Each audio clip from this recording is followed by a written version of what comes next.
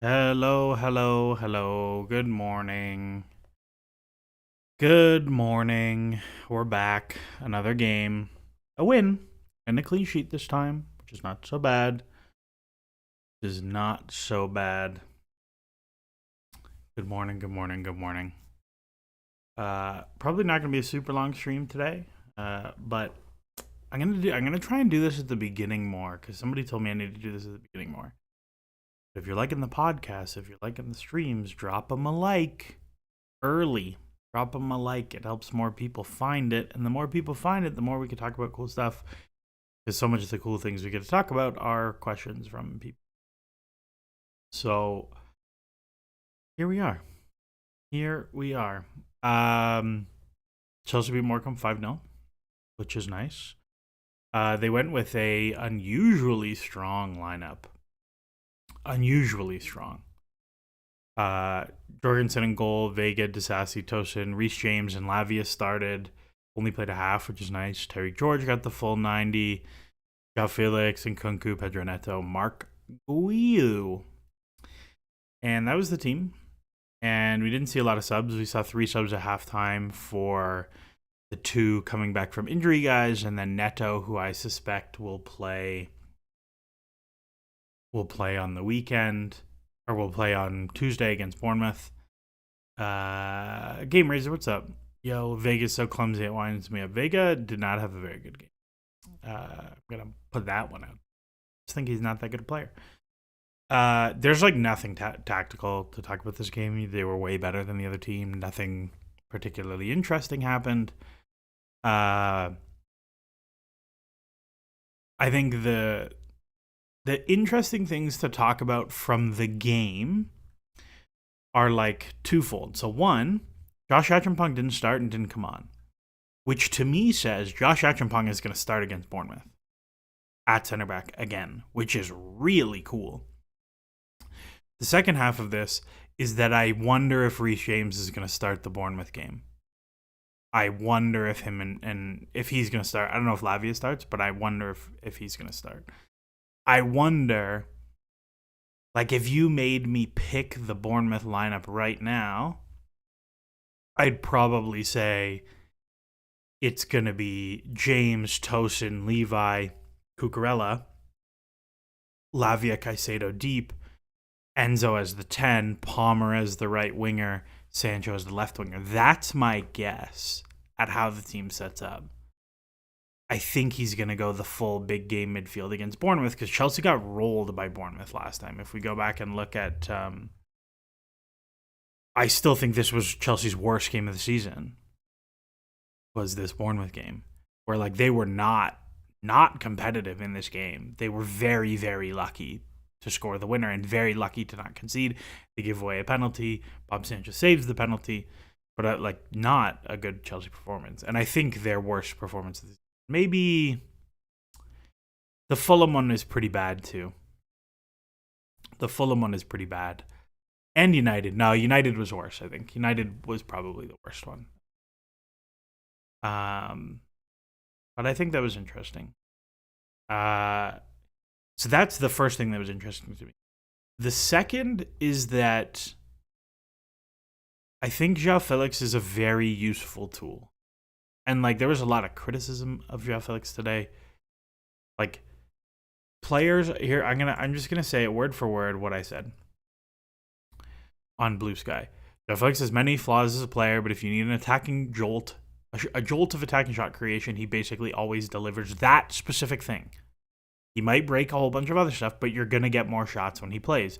Players aren't positions, their habits and tendencies / responsibilities. I think one of my big things to watch the second half of the season is how Maresca pulls the levers on shot creation versus stability versus transition with personnel choices, who largely just do what they do. And I think this is true. I think Chelsea's attackers largely do what they do. Sancho moves the ball into the box. He does not shoot a lot, doesn't turn it over much. Neto defends and doesn't do anything else. Madueke takes lots of shots, turns it over a little bit more than everybody else. A little bit, not a lot, a little bit. And isn't quite as good defensively as Neto, but I don't think that difference matters. And then Felix is the worst defensively of all of them, turns it over the most of all of them, but also creates and takes the most shots. Again, the transfer for Felix was a deeply flawed transfer to make. Deeply, deeply flawed. Like, Chelsea as a squad are certainly better if they kept Gallagher, or if they turned Gallagher into Samu. Like, totally a reasonable thing to do. But they didn't. He's here. So you might as well use the ingredients you have correctly, in my opinion. That's like really where I'm at. Is like, I don't think he should start every game, but I do think, like, when you go through the list of these games, if you look at the Ipswich game, Chelsea stopped creating when he went off. We've talked about this before. The Palace game, like, when this game, again, it's different because you're winning, but like, everybody's tired. Bring him on to run transitions for you, and just run around and chase. Like, he does try hard. That's definitely a thing. The Everton game, like, where is Joao Felix in the Everton game? A game that you're struggling to create against a really tight block. You look at the Leicester game and the Southampton game, which are two games that Joao Felix started as a winger. Like, yes, those teams stink, but Chelsea created a lot in those games. So I think there's value there for when you need to chase. Yeah, there's a lot going on there. What else we got in here? 100 million for Neto and Felix makes me sad every time. Yeah, Neto does nothing, man. There's like actually not on the right side of the pitch. He genuinely gives you nothing.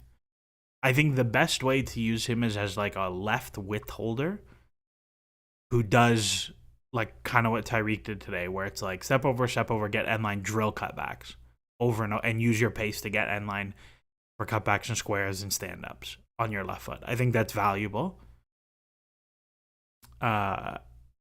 But like from a squad composition perspective, then it's like, who's your left 10? Is it you're getting Enzo Fernandez high? Is it you're getting Cucurella there? Which I don't think having Cucurella and Neto the same side works. Like, I think if you played, right? Like, if you played Nkunku as the 10, Palmer as the right winger, and Gusto at right back, or James at right back, and you had your 5 be Neto full width left, and Nkunku left 10 from the 10 spot, Palmer right 10 from the right wing spot, fullback holding width, and your left back is becoming a left center back, whether it's Colwill or Vega or Betty Chile. Like, I quite like Betty Chile in that role, because then you can get Colwill inside and you have 2 lefties and you have 2 of your 2 best passers at center back on the field. Like, that gives you lots of flexibility, I think. And Neto tracks, so like Betty Chile is not going to get done in 2v1s all the time. Like, I think that's a reasonable strategy, but you just haven't seen it. With these Dead Rubber Cup games, I pretty much only care about watching Tyrique. Yeah, I think this is one of the things I didn't like, is I would have liked to see, like, you're not bringing Enzo on today, and you're not bringing Jackson on, and you're not bringing Palmer on. Like, give me 15, 20 minutes of Shimuka. Give me 15, 20 minutes of Kiana Dyer, whatever you want. It's just like the game got a little bit stale towards the end. Felix much better than Nkunku, but Felix only seems to perform against lower opposition. Probably should try to sell them both. Yeah, I mean, Nkunku I'm mostly just frustrated with. Like, he's very, very stagnant at this point and very, like, uninvolved. Like, even if you look today, like, most of his touches are just him coming outside. Like, header, penalty miss, the goal. I don't remember this one. And another header. Like, it's just, I don't know. 5 shots is a lot, but it's... I don't know. It's not very much. Like, 68 touches in that game did not feel it. Good morning. Who else? Cuckoo comes on. George immediately becomes more useful. An overlap option can change lives. Yeah, I think Nkunku is very, very... I think Tyrique George is very smart about how he uses supporting players. I think one of the things that surprised me as he's gotten to senior minutes, and he's still yet to score. I think one of the things that surprised me about him is how balanced his creative game is. Like he's a really good passer, and he's very good at using his dribbling to create space. I thought he was like, so a thing we've seen is he's very shooty, right? Like he gets lots and lots of shots. Today he gets no shots, but he creates a bunch of shots. And it's very weird to me. It's not weird, but it's very rare to see young wingers who can do so many different things. Like if we look at like young Hudson-Odoi was a turnover monster, so many turnovers, but he was a tremendous creative passer. But the shot volume absolutely did not translate from youth football to senior football. Like at no point was Hudson-Odoi a high shot volume guy when he came through. And like somebody asked me on Blue Sky, like, do you think he's as good as Hudson-Odoi? And I think the answer to that is a resounding no. And that's not a big negative. Like Hudson-Odoi was way further along as a kid. Like if I go pull up, I don't know, they're probably not going to have like all the old Europa League stuff. But like early career Hudson-Odoi was extremely explosive. Let's see what we got in here. Yeah, we like don't even really have data for what he was playing back then. But Hudson-Odoi was like a very, very explosive young player at 18 years old. But he was not big shot volume. Like against Europa League guys it was, but when he played in the league it was really, really not. But he was very good. He was very, very, very good before his Achilles snapped. Very good player. So let's see what happens with Tyrique. I think it's interesting how flexible he is. I think it opens up a lot of development pathways for him. It makes it also much easier to use him. Drexler, 16-year-old Cho versus Arsenal in preseason. That Arsenal preseason game catfished me for life. I wanted Marcin Bulka was so good in that game. I was like, we got to play him now. Not ACL, pre-Achilles, Pano. Pre-Achilles, Joe. I think George feels very false wingery. I think George is significantly less athletically talented than Hudson-Odoi was. Like it's a cheap comparison because like it's another black young winger, but like I think Saka is not an awful comparison for him, where he is so he needs a lot of physical development, but he's very, very smart. And that lets him stay on the field and do lots of stuff for you, which is, I think, extremely valuable. Like, it's a lazy comparison, I think, to do Saka, but I don't think it's awful. But I do want to see the shooty parts of his game keep to round out and develop. Again, today is weird. Like, the wingers are not going to generate shots in a game like today where they're defending with a back 8. Most of the game, it's going to be much more creative passing from our central players. Like that's just how that game is going to go. But that's the game. That's the game today. I wanted to talk about transfer stuff because people like transfers. But also like I don't know. There's a bunch of stuff to talk about in terms of what Chelsea are going to do. And so I think if you look at Chelsea's squad, and pull it up. You look at who's going. Actually, it might be easier to do this on FBref because there's going to be names on here that aren't playing. Sorry, I know you guys hate the typing. I apologize.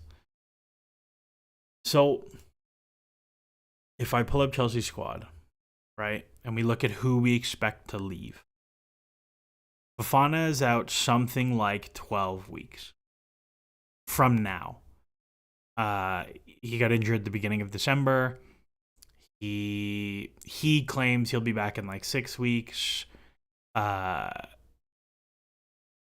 said it's more like 16 weeks. He allegedly declined to have surgery, which I don't know. We don't know anything about the injury, so it's impossible to say, but hamstrings are hard. The other thing I will say is like, I think people want to say it's a different injury. Like the hamstring he did is on the knee he did. And when you do your knee, your hamstring goes through a lot of difficulty to compensate when you tear your ACL. And when you're recovering, your hamstring strength is critical. So when we look at Fofana having his knee taped the whole season, like that is a pretty big escalator for hamstring injury. So it's not like I would consider it very linked to the knee stuff. But Fofana's going to be out for a while. Tosin plays today, scores 2 long shots, which is hilarious. There's also like, there's probably interesting things to talk about attacking low blocks. Where like I thought Chelsea had pretty bad ideas to break down low blocks today. There were many things they could have done to open it up more, but whatever.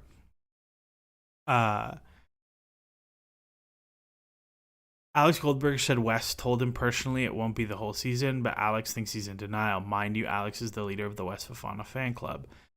I mean, so a thing I think that got very lost in translation is Maresca said he's out for the season and then immediately corrected himself to part of the season.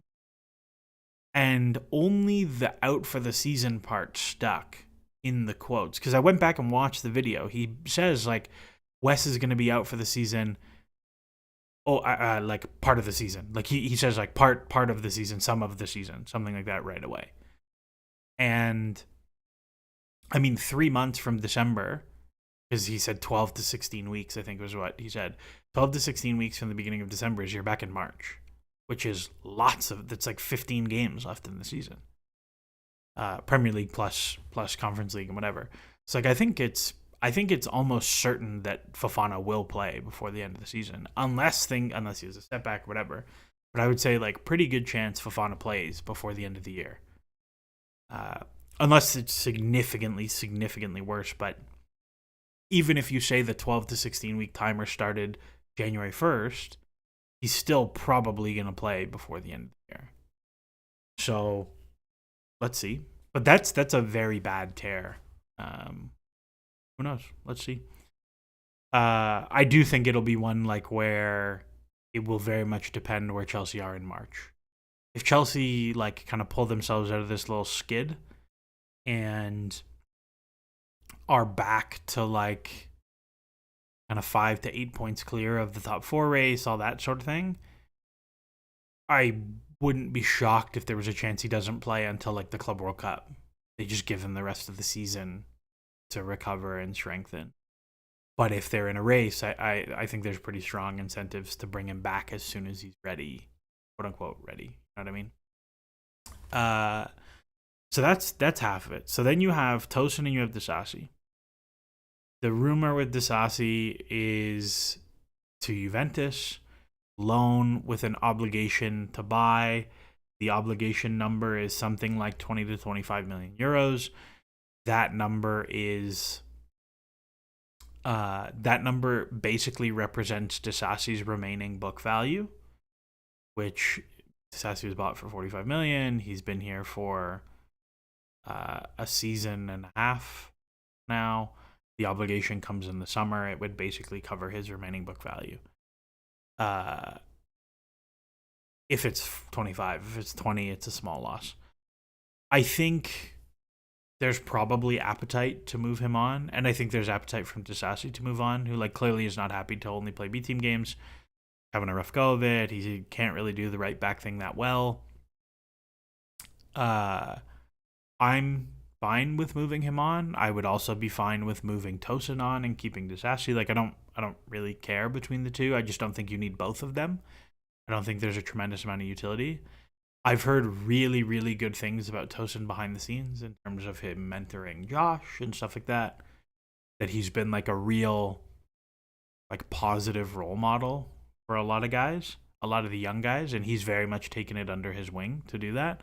So like in between the two, and given Disasi's international, I probably skew towards moving Disasi purely from a squad building perspective, but from a financial perspective, selling Tosin to like West Ham or something is probably better for you to book that like 25 million profit, 20 million profit. How much do you think we can get for Tosin? At least 15 million. I would say it's probably closer to 20. 25 is the range that I would look at. Like Tosin is quite good and doesn't make insane money. Like I would bet you he makes less than 100,000. I don't believe this number. I would bet you he's much closer to 100,000 pounds a week. I think you would be able to move him for 25 million pretty comfortably. I would be surprised if it happens, but let's see. I'm gonna save Nkunku because Nkunku's the big spicy one to talk about. Jorgensen's not moving. The Vega moves are interesting. I would totally flip Vega right now. If you could get like 20 million plus for him, I would totally do it. And similarly, if you were able to get, I don't know, I think a thing that's weird for Vega is like you kind of need him to play Conference League games if you're not going to play other kids. But like if you could get a loan for Vega to Italy or something that he's going to play another 15 90s, 20 90s the rest of the way, like I'd be pretty into doing it. We paid 12 million for Vega, I believe is, I guess I'll just pull up the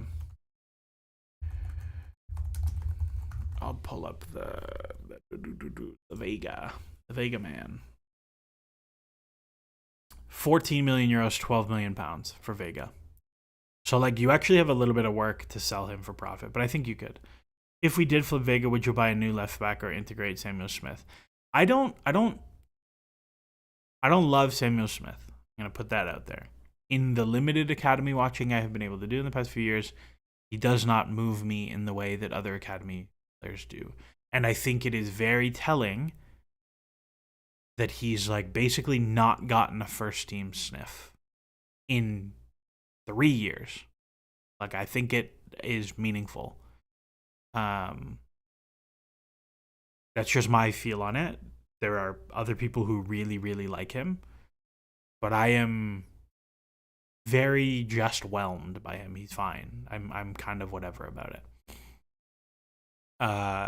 So like if we did flip Vega, I would be much more towards like just keep him, play Chilwell, because you're not moving him for any reasonable value. Like you're probably getting some wage coverage and that's it. And that's fine. Who else we got in here? So Vega I would flip if you could get a good deal. Mudryk is probably going to get banned for multiple years, almost certainly. The first people who leaked, or the first people who like reported that he had failed the drug test was like a Ukrainian outlet, and they've said like there is a 1% chance he does not fail his retest, which is basically saying he took meldonium. I suspect that if he gets a multiple year ban, which he generally for things like this, it's 2 to 4 years. It's 2 to 4 years. If he gets a 2 to 4, if he gets a ban that long, I suspect Chelsea will terminate his contract and he will not have a club for 4 years. And Chelsea will get my understanding of how the finances on this work is when things like that happen, you get PSR and FFP relief. So Chelsea would basically get out of his wages and get out of his amortization, which would be a very, very healthy, like 20 million a year cost saved for the club. So I suspect, and this is not, I don't know anything, is that if he got a lengthy ban, the club would terminate his contract and they would get FFP and PSR relief. They would wash their hands of it. and somebody would get a good deal on a 26 to 28-year-old Mudryk. That is my guess about how that would go. But I think Chelsea would wash their hands. And it's a shame. I think Mudryk has been okay this year, and I thought he was quite decent and exciting last year. But at this point, he's 24. Like, if he was 21, maybe you hold on. And I will say, if it's a 1-year ban, I don't think they'll terminate him. If it's a 1-year ban, I think they'll hold on to him and then wait and go from there. Because like as much as they have unlimited money and they can do whatever they want, and it's really about PSR money, from a real money perspective, like that is 60 million real dollars down the drain if you terminate his contract. Like you get nothing on the back end. You could, if it's only a 1-year ban or an 18-month ban. Like a pretty common one with tennis players you see is like when they're like not playing while they're waiting for the official suspension, they count it as like time served. So like you could see him get something like an 18-month ban at the end of the season. If you can hold on to him and then sell him for 30 million at 26, like maybe they do. Maybe they do. Dewsbury-Hall.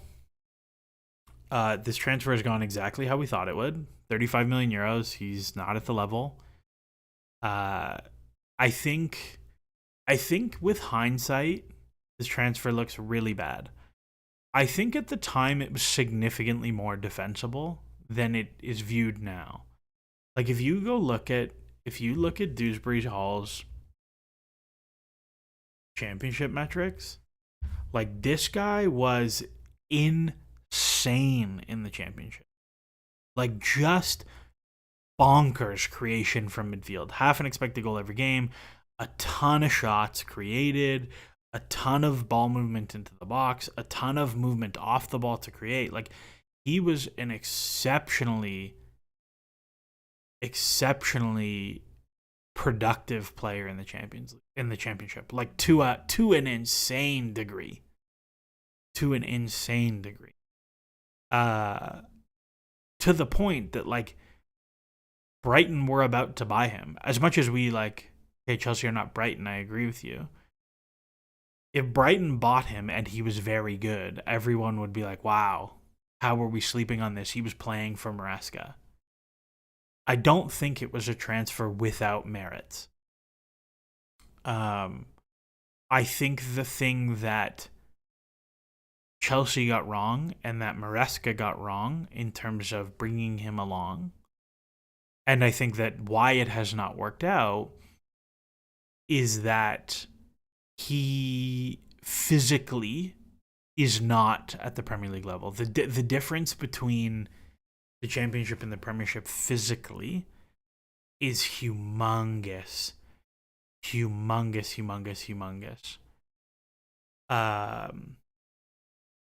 And that I think has been the biggest difference for him, is like physically he cannot impact games in the Premier League. He cannot hang at that level. I think he's probably a fine Premier League player. But I just don't think he's there. So like if you can move on, you can move on. I mean, look, it is telling, I think, that 6 months on, as bad as he has been, there's still quite a healthy market for him. I think Chelsea will probably make a reasonable loss, but they'll bake a sell on into it, and like at the end of the day, it'll be fine.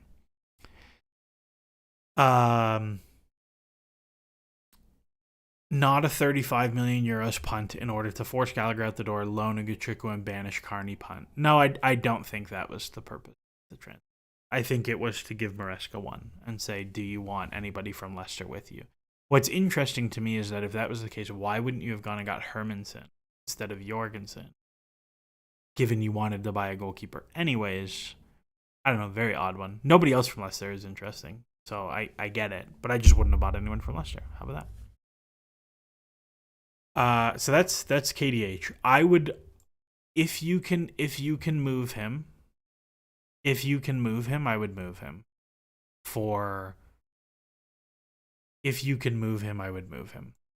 whatever you're getting. Like if you're getting 10 million, I wouldn't. Loan and whatever you want.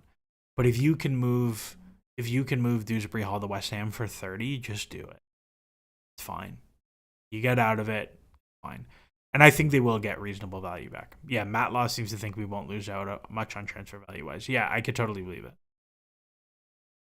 I could totally believe if they get out of it. I do think one of the things like need to be mindful of is like you don't get credit for cleaning up messes that you made. Like I think Chelsea will get pretty good value on that transfer, and people will be like, "Wow, the sporting directors, look how well they sell." And it's like, no, you don't get credit because it's your fault that you have to sell him. So that's the thing. Team versus Bournemouth. I said earlier I expect it'll be Sanchez, Cucurella, Colwill, Achampong, James, Lavia Caicedo, Sancho, Enzo, Palmer right winger, Jackson 9. That's my expectation. I think they will want Palmer wide to deal with Bournemouth's narrow press. That'll be my guess. Let's see. There's a bunch of questions in here. I was in flow state talking about Dewsbury-Hall. What do I think of Joral Hato or Hato? I have no thoughts. I've signed him in Football Manager. That's it. Thomas Wilkinson, damn, I miss you streaming. Nice to see you, my guy. Roshan, Chelsea will take the Mudryk savings and go buy another overpriced mediocre winger. Mungo Russell, I think they'll go for Nico Williams. And then somebody else said, Jonathan Bajoma said, with it looking like Kvaratskhelia is going to PSG, would be surprised if we don't go for Barcola. So let's talk wingers. Let's talk wingers in. In terms of wingers in, I hate all the winger signings that Chelsea have done. Okay, I hate Neto. I think he's not good. I did not like the Sancho deal, even though he's been fine. 25. It's gonna end up being okay at 25 million. Just like not good. It's gonna be fine. Like if you waited till the summer, you probably get even better terms on it. But who knows? Maybe he would have cooked for Amorim. I don't know. But it's fine.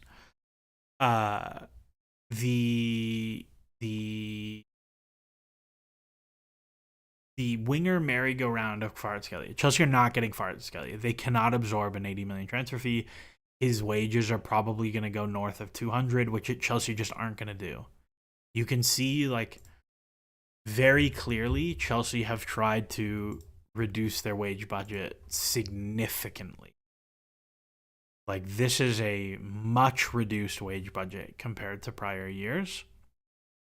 All the expensive guys are gone. They're trying to get rid of more of them, like Joel and like even Cucurella's on way too much money. Raheem Sterling, this is listed as 162 because Chelsea are covering half and Arsenal are paying the other half. I don't believe this Neto number, which is fine. But that's kind of where I'm at for all these things. So Kvaratskhelia is not happening. Barcola was the same window that Chelsea got Palmer. And I didn't love it at the time, but I was like into it. It wasn't my pick, but I was into it. That looks like a real big miss in hindsight. Barcola is really, really good. And he's very good against teams who are mostly defending pretty deep against PSG. 5 games without scoring or assisting, but like pretty solid output in those 5 games. There's a lot to like with Barcola. I think he's a very, very good player. And I would love it, but I think there is a 0% chance that you are getting him for a reasonable fee. So again, I think that one is out unless you are doing like Nkunku for Barcola shenanigans, which is possible. It's possible. Pano Footy, I will continue to manifest Barcola and Nkunku swap. It's possible. I would be a little surprised if it happens. But I think it's a really interesting one. I haven't been watching PSG, but apparently he's recently been dropped for Doué. Desiree Doué is another one who's quite fun. I don't love. Seb really likes Desiree Doué. But he's just like worse Barcola and more central. Like it's so frustrating, but in hindsight, like there is a world where instead of Sancho and Mudryk and Neto. You have Olise and Barcola for less money, and your wingers are so good. Your wingers are so good. And it's not this one, annoyingly. But I think Barcola is really good. And I think the Olise one is a bad miss in hindsight. Not in hindsight. We knew it was a bad miss. So that's it for wingers. Like, I'd love Barcola, but again, I would be pretty surprised if Chelsea had an inbound winger movement, unless, even with Mudryk gone, like, I think Tyrique will just keep playing some. Seb likes Barcola more. Yeah, they're different. They're different. Like, Due is like central version of Barcola, and Barcola is the wide forward guy.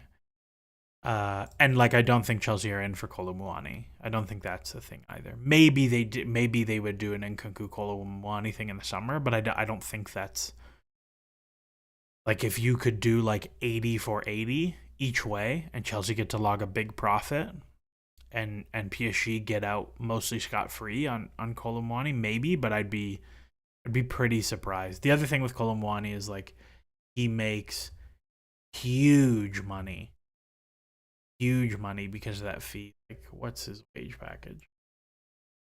Yeah, like, Chelsea are not paying him 200,000 euros a week to move. It's just not happening. So, but I would be pretty into Kolo Muani as a signing. Like, if you did an Nkunku for RKM swap in the summer, I wouldn't be mad about it at all. So on wingers, I think nothing will happen. If you can move Nkunku or Barcola or Kolo Muani, I would think pretty seriously about it. Especially if you can do Plu Valenza bullshit to get yourself out of some FFP holes for later. Because, like, Nkunku, I think if you look at, go back, Nkunku was 23, 20. Yeah, Nkunku was 60 million euros 2 seasons ago. So at the end of this summer, on his contract, which is, he was before the no 8-year deals, but I don't think he signed an 8-year deal. I think he was a regular 6-year deal. Okay, so he's 10 million amortization a year. So you would be down to 40 million. If you could do a Kolo Muani Nkunku 80 million for 80 million, Plu Valenza, you get to book a 40 million profit. That would basically fix all of Chelsea's holes financially for this season. And, like, you're probably fine with that. You reduce your wages, you get a little bit younger, maybe fits your squad a little bit more because he's much more of a 9 wide forward than 10 second striker like Nkunku. Like, I think there's value there. And if you look at Barcola, I don't know how much Barcola cost. They will 100% get book value profit on Nkunku. Easily they will make their money back on Nkunku. Well, they'll make their book money back on Nkunku, regardless of Plu Valenza. And then Barcola is 45, so, like, if PSG wanted to do like a 60 for 60, like, you could do it. Like, I think they're actually quite natural partners in this, but PSG can do whatever they want because Ligue 1 doesn't really have PSR, and FFP is whatever to them. But I think there might be value in exploring something like that. But those kind of deals are very hard to do in January. I would expect something like that to happen in the summer. I think you are too harsh on Sancho for the money involved. He's very good for his role in the team. I don't think he's very good. I think he's just good. He has 6 assists on 3 XA, which is mostly just luck. So if he had 1 goal and 3 assists instead of 2 goals and 6 assists, how would you feel? I think Sancho is very useful. I think the skill set he has is useful in terms of getting into the box, but I think he leaves a lot to be desired. Again, like, you're paying 25 million for just good and big wages. Like, I don't know. I think it's fine, but I don't think it's good. You know what I mean? So that's that one. So wingers, yeah, I think that'll be that. Midfielders, Cassidy has gone to Torino. That deal is basically done. Dewsbury-Hall, we talked about, is probably going to go. Carney Chukwuemeka will either get a loan or a permanent sale. Somebody said, Callum Walsh, Carney still feels very rated within the football industry. Does that alter your outlook on him? I mean, lots of people rate him. I still don't see it. Like, he has never played. He's always injured. When he does play, he cannot defend. Like, he is truly, truly horrific defensively. He runs around and kicks people. He's like Vega defensively. Like, he just runs around and smashes people, but he doesn't, like, gets played into his space all the time. To me, like, there is not a lot there to explore for what he does. So when I look at Carney Chukwuemeka, like, if you're gonna get profit, done, gone, permanently gone. I think, though, if you want to maximize his sale value, I think you do a loan for 6 months somewhere he's gonna play. Maresca confirmed Madueke is unwell. Good. Well, sucks for Nani, but I'm glad he's not abandoned. Yeah, like, I think if you want to maximize Carney's value, you do a loan for a fee that you do like the Broja reverse loan. So you send him to like Dortmund and say, okay, Borussia Dortmund, you're going to pay us 7 million euros for Carney Chukwuemeka on loan. If he plays 5 90s, it's 6 million. If he plays 10 90s, it's 5 million. If he plays 15 million, if he plays 15 90s, it's 4 million, whatever, so on, so on, so on, so on. India Kitchen would love Carney to Strasbourg. Sure. The thing I don't love about Strasbourg is, like, you don't get any money for it. And I think if he's going to play elsewhere, or if you were going to bring Andre Santos back, I would say sure. But I think with Carney, like, you're in the, like, extract value stage. Like, I think there is almost no world where Carney comes back and plays for Chelsea. Nor do I think Chelsea should be planning or trying to achieve that. Like, I don't know what he's shown. Like, even, I mean, to talk about 20 million in the first place, like, okay. Basically, he won a youth cup. We have lots of players who won. Like, I at no point thought, and when he's played for the first team, I don't see it still. And I realize, like, that is not a common opinion. I realize most people like him. So that is what it is on Carney. But I think if you can get a loan for, like, a reasonably large loan fee, and you do the reverse loan where, like, the more he plays, the lower the fee is, because if Carney doesn't play, you can probably sell him for 20 million in the summer. But if he plays and has a really good loan spell, you can probably get 30 million or more. His release clause is 40. So I don't know. Mike Penders is starting today. That's fun. We'll see. I'm not gonna watch Mike Penders.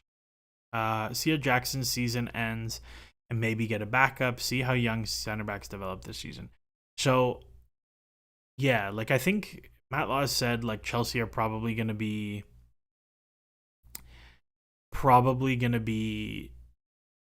if Chelsea, sorry, I've totally lost my train of thought. Chelsea are going to buy a striker. It's going to be someone to compete with Jackson, not to be a backup, which I think is fine. I don't know if it's great. I think it's fine. But the, like, market of guys who you can do that for is very low. So Kolo Muani is interesting. The other thing I like about him is, he's very similar to Jackson. So if you have to rotate, you have stylistic continuity.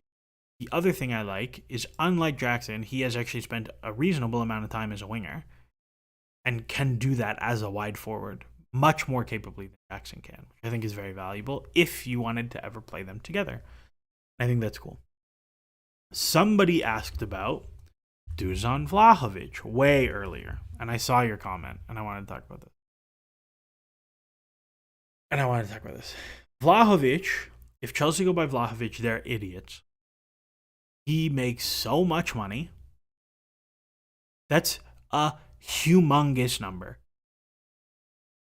If you buy Vlahovic, by the way, apparently I don't think this number is right. I think it's lower than. If you buy Vlahovic, it is beyond dumb. He's not good. He's not that good.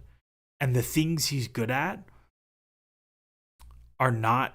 He takes lots of shots that are of okay but not great quality, and he is like an absolute negative at everything else for the team.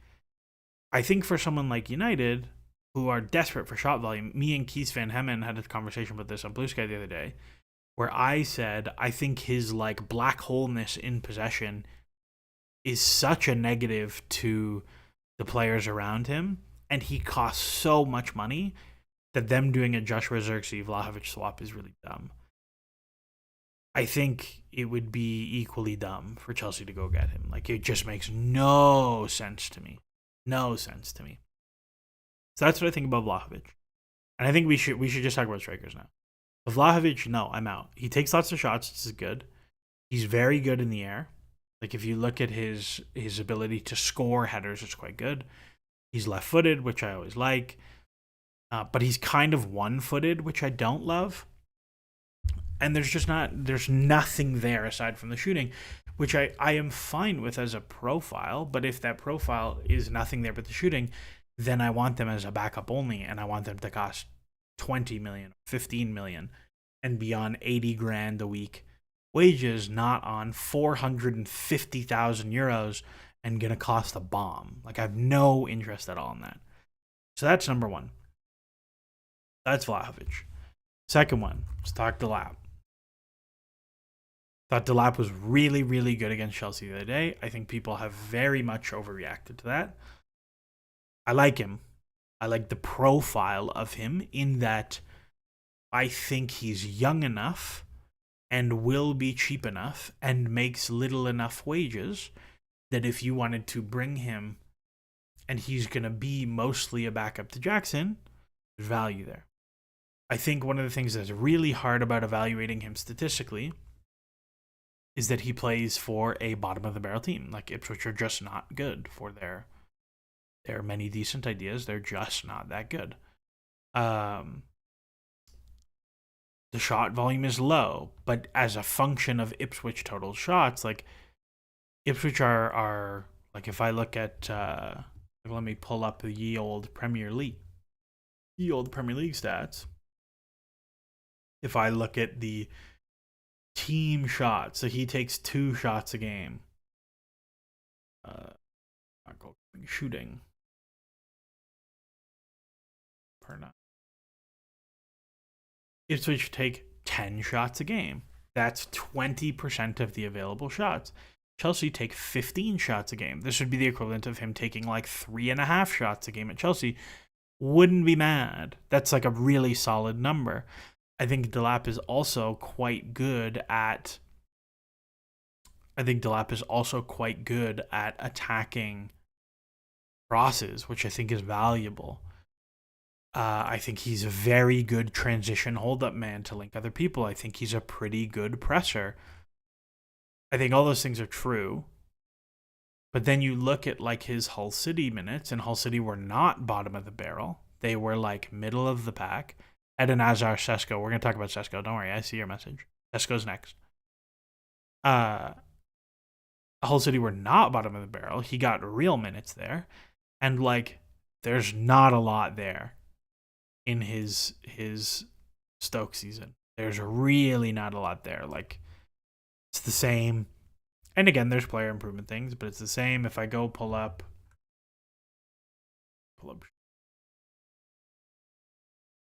shots per 90, like 2.5. It's better. It's not amazing, but the shot quality is much lower. It's the same at Stoke. Preston, he didn't play that much. If you average the 2 out across 2090s, he's like a 7 XG. So it's like all of this I look at, and I'm like, yeah, I don't know. I would do it in the summer if they got relegated and it was a reasonable fee, like 25 million. But Ipswich paid like a solid amount. Yeah, Chris, Ipswich paid 15 and 5. I don't see the fee being low enough. Seems similar profile to Guiu. I think Delap is further along than Guiu. Again, he's 3 years older or 2 years older. Like, that's not shocking. But like, it's interesting. I'd keep it on the list, right? Vlahovic is not on the list. Delap is on the list. I'm not sold, but he's on the list. So let's put that one aside. Also, he takes lots of penalties. So it's like, it's even less than you think it is. And because nobody else, like any striker we look at, just don't even think about the penalties because they're never taking them. Palmer's taking them forever. And as we saw today, correct decision. Sesko is off of my list. He makes too much money. The fee is going to be humongous. And he's just not that good. Like, scores at a reasonable rate, but the XG and stuff behind it is not that good. It was basically like he had one really good season for Salzburg where he scored a very, very big amount, but like huge effects there. The other thing with Red Bull players, which we have seen with Nkunku, is the way they play is extremely high event. Like, Red Bull play in a way that the games have lots of goals and the games are very chaotic and stretched. We saw this with Timo Werner. Like, it is very hard to translate Red Bull attacking numbers to non-Red Bull teams. Liverpool saw this with Naby Keita, who was useful but not great. We saw the same thing with Timo Werner. Other teams have, like, the one, to me, if you want players that translate well, to me it's like midfielders because they can cover a lot of ground and they can do a lot of stuff. Like Szoboszlai has translated really well as a Red Bull guy to Liverpool. I think Szoboszlai is very good. But I'm not into them. Same like I look at Openda and I'm like, I'm not getting Openda. I don't want any part of that. It's like Sesko's very large. He hits the ball very hard. His goals are very fun to watch, all of that. But he's going to cost way too much. He makes way too much money. And there's way too much risk. He could be very good. He totally could turn out very good. But in terms of the floor and the ceiling, like not the one for me. And when we think about where Chelsea are in their like development cycle, right? Of their development cycle of like Chelsea won a challenge for a title in 2 years. That's where Chelsea are. This year is like get into the Champions League. Then next year is like get close. And then the year after that is like, can we win it? That's to me what it feels like. When you're thinking about the transfers, right? When Chelsea were bad, like last season or the season before, you can take lots of high variance gambles because if they don't work out, who cares? But when you get to Champions League, when you get to Champions League or you get to title challenge, like risks are a huge problem. If you miss on a big transfer, it's a big problem. Like you look at Arsenal, they spent so much money on like Pepe, or you look at United, who spent all this money on Anthony. Like having misses is a big, big, big problem. Even look at Liverpool. Like Liverpool's one step back in the last few years is when they missed on Naby Keita, who was not the like heir apparent to take over from Jordan Henderson, and their midfield stank until they went and bought McAllister and Gravenberch and Schaub, and Curtis Jones popped through. Like they had to totally revamp their whole midfield in 2 years because they missed on one deal. Arsenal was the same. Look at City. City miss on 2 deals. They miss on Gundogan instead of getting another midfielder, and this year's gone for them. So if you get Sesko for 65 million and that stops you from doing other things, and then Sesko's not very good, what's the point? And Chelsea have some risk tolerance because Jackson is very good. But like this is my thing when we get to like big guys, I'm like they have to hit. They have to be really good. So Sesko I'm out on. Who else? Are there any? Tierno Berry. I have not watched any Tierno Berry. Let's see what the stats look like. He looks large, though. Solid XG numbers, and he's young. And nice shot volume. And lots of headers. I'm intrigued. Penalties. Only one penalty, though. A lot of his goals in one game. 3 of his 7 goals in one game. That's not great. Curious. I'd give it an incomplete, and I'm curious about it. But let's see. I mean, La Liga, I think, translates pretty well to the Premier League. But let's see. I am curious. I am pretty curious. Sesko pretty consistently overperforms XG. The team overall struggled this season with poor manager choice, but personally skeptical of Sesko experience release 5 million. So, listen. What I will say to you is this. On the scale of 50/90s, which is what he has, and over his career, he's taken 200 shots, okay, in what we have. And let's say he's plus 20%, because he's pretty high. Like he's plus 9 on 11, so he's like plus 50% here. But we'll call it plus 25%.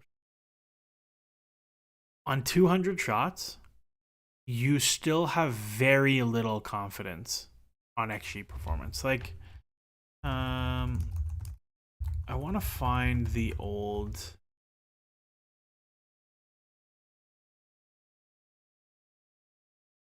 It was like.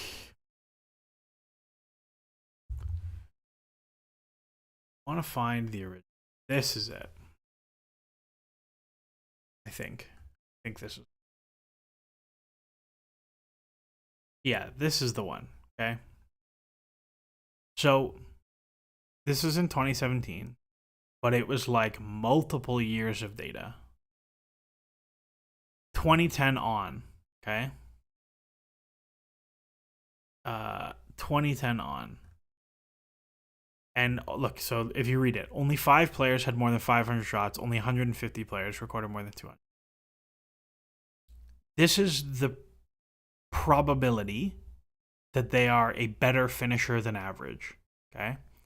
So, like, this would mean you are 15, like, Griezmann is estimated at like 14% better than average. Look how wide the error bars are, bro. And these guys have 500 shots. They have 3 times as many shots as Sesko has. You go down to the guys that have like 200 shots in that time period. Joshua King is a plus 5% finisher. He could be anything from 18% to negative 8%. Like the error bars on Sesko's career to say he is a consistently above average finisher are extremely big. Extremely big. This is the same thing I say about John Duran. Like, and we can talk about Duran, who is good, and if you could get it, you could have gotten him in the summer. I was vaguely in support of that deal, but I'm certainly not paying 80 million for him. Again, you look at John Duran's career. John Duran is a consistently above average finisher in 2 seasons and 200 shots. Like, you just have absolutely no idea. Actually, if you go back to his Colombian days as a 15, 16, 17-year-old, given the amount of shots he's taken, he's actually probably a below average finisher in these years, and now he's an above average. Like, what are we talking about here? The same thing, like, I saw a thread, I think it was from Seb, about how, like, he's going to be a consistently above average finisher because of, like, his choice of finishing techniques in 1v1. So he used the example of, like, he does the Ozil finish where he puts it into the ground and it goes over the leg. That's fine. I went back and watched every single John Duran goal. Like, he doesn't do it often. He does it like twice in all of the goals he's ever scored. So, like, when we talk about this, it's a lot of like, oh, he finished above average because of this. But it's not strongly predictive. Like, this is largely the data set of a guy who's like probably a ever so slightly above average finish. Like, if I go back to this, Duran would be like here probably like plus 5%, which is great, sure, if he's consistently plus 5%. But that plus 5% is anywhere from like plus 15, 20% to minus 7%. Like, it's the door is huge. And to remind you how fickle this is, if I go back to Werner and I go look at all of Werner's seasons and I go look at his G minus XG, look at his last season at Leipzig. That's a huge plus. That's more plus than any of Duran's seasons. So, like, you tell me. And again, it's like 300 shots of volume. I don't know. So, whatever. That is, I think, a thing. I really like Jackson, but I can't help but feel he lacks that shooting technique, feel for the goal that most undeniably world-class strikers have. What do you think? Can he develop that? I mean, this is the same conversation we're having now. Like, um, I think like I think people largely over index to things they can see, which is fair. I get it, right? Like when you watch, like, who, okay, let's play a game. Adam Reagan or anyone in chat, I don't care who. Name a player that you think is an excellent shooter. Like their ball striking technique is unbelievable. Right? Like I would go to someone like and someone recent, like someone we would have data on. Like you'll see guys like Harry Kane. Harry Kane is definitely a plus finisher. Right? We know Harry Kane is definitely a plus finisher. Over his career, he's like consistently plus, right? We see that 100%. Palmer, excellent ball striker. Right? Cole Palmer, excellent ball striker. 100%. But then you look at someone like Olivier Giroud. Giroud's an unbelievable ball striker. That guy absolutely murders the ball. If I go look at Giroud's career, very, very up and down guy. Very, very up and down guy. If I go look at someone like Cavani, another player, this guy absolutely murders the ball. Very, very up and down finisher. But the guy murders the ball. I can look at, so let's see what Di Maria looks like over his career. Up and down. Di Maria murders the ball. Let's see Gareth Bale. Gareth Bale. You're going to tell me Gareth Bale isn't an unbelievable ball striker? Super up and down over his career. You wouldn't say Cavani's a great ball striker? Bro, this guy bangs free kicks into the top corner from 35 yards. Somebody said Aubameyang. Look at Aubameyang. Way up and down. Way up and down. And that guy can clearly strike a ball. Lacazette. Lacazette. Nobody's going to say Lacazette can't murder a ball. Let's see where he looks. Lacazette. Okay, pretty consistent, but you still have down years. Like this is my thing, right? The point I'm making is like it can be. Yeah, Harry Kane's a great shout. Like Harry Kane's an awesome finisher. He clearly is, right? And we have a huge statistical backlog to back that. Same with like Heung-min Son. Right? Heung-min Son is an awesome ball striker. Both feet.